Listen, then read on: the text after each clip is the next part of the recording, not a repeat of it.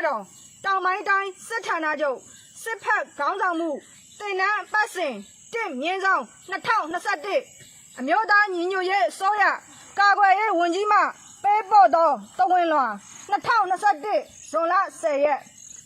ရဲဘော်တို့ပြည်သူ့ကာကွယ်ရေးတပ်မတော်တောင်ပိုင်းတိုင်းစစ်ဌာနချုပ်ရဲ့စစ်ဖက်ခေါင်းဆောင်မှုတင်နန်းပတ်စဉ်1/2021စင်းပွဲမှာတဝန်လွှာပါခွင့်ရသည့်အတွက်ဂုဏ်ယူကြောင်းပြောလိုတယ်ငါတို့တပ်မတော်ဟာတရားဝင်ပြည်သူ့အစိုးရမှတည်ထောင်တဲ့တရားဝင်ပြည်သူ့တပ်မတော်ဖြစ်တယ်ငါတို့ရဲ့စုစည်းညီညွတ်မှုငါတို့ရဲ့အင်အားငါတို့ရဲ့သူရတတ္တိစွမ်းနဲ့စစ်ကောင်စီရဲ့အကြမ်းဖက်မှုများကိုဟန်တာကာကွယ်တိုက်ဖြတ်ကြရမှာဖြစ်တယ်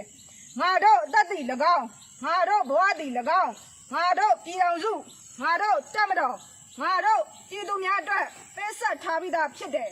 ဒီပေးဆက်မှုဟာငါတို့ရဲဘော်ရဲဘက်ချင်းချင်းပေါ်မှာလဲတည်စေရမယ်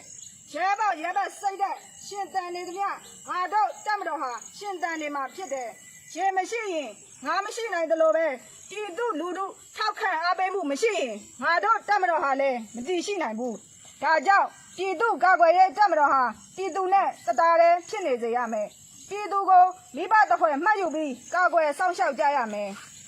ကျန်းဖတ်စစ်ကောင်စီရဲ့ဖေဖော်ဝါရီ1ရက်အာဏာသိမ်းမှုဟာပြည်သူကိုစစ်ကြေညာခြင်းဖြစ်တဲ့ဒီစစ်ပွဲမှာငါတို့ပြည်သူတွေလူငယ်တွေအသက်ပေါင်းများစွာဆွန့်လွတ်ပေးဆက်ခဲ့ကြပြီဖြစ်တဲ့ကြာဆုံးခဲ့ရတဲ့သူရဲကောင်းတို့ပေါ်သစ္စာစောင့်တည်သောအဖြစ်ဒီစစ်ပွဲကိုငါတို့နိုင်အောင်တိုက်ကြရမယ်မြန်မာပြည်သူအလုံးစစ်ကြုံဘွားကလွတ်မြောက်သည့်အထိတိုက်ပွဲဝင်ကြရမှာဖြစ်တယ်ဆိုတာအသိပေးရင်ညီကုန်းချုပ်အပ်ပါတယ်ရဲရပေါင်းအောင်ရမည်ရှင်မွန်ကာကွယ်ရေးဝန်ကြီးအမျိုးသားညီညွတ်ရေးအစိုးရပြည်ထောင်စုသမ္မတမြန်မာနိုင်ငံတော်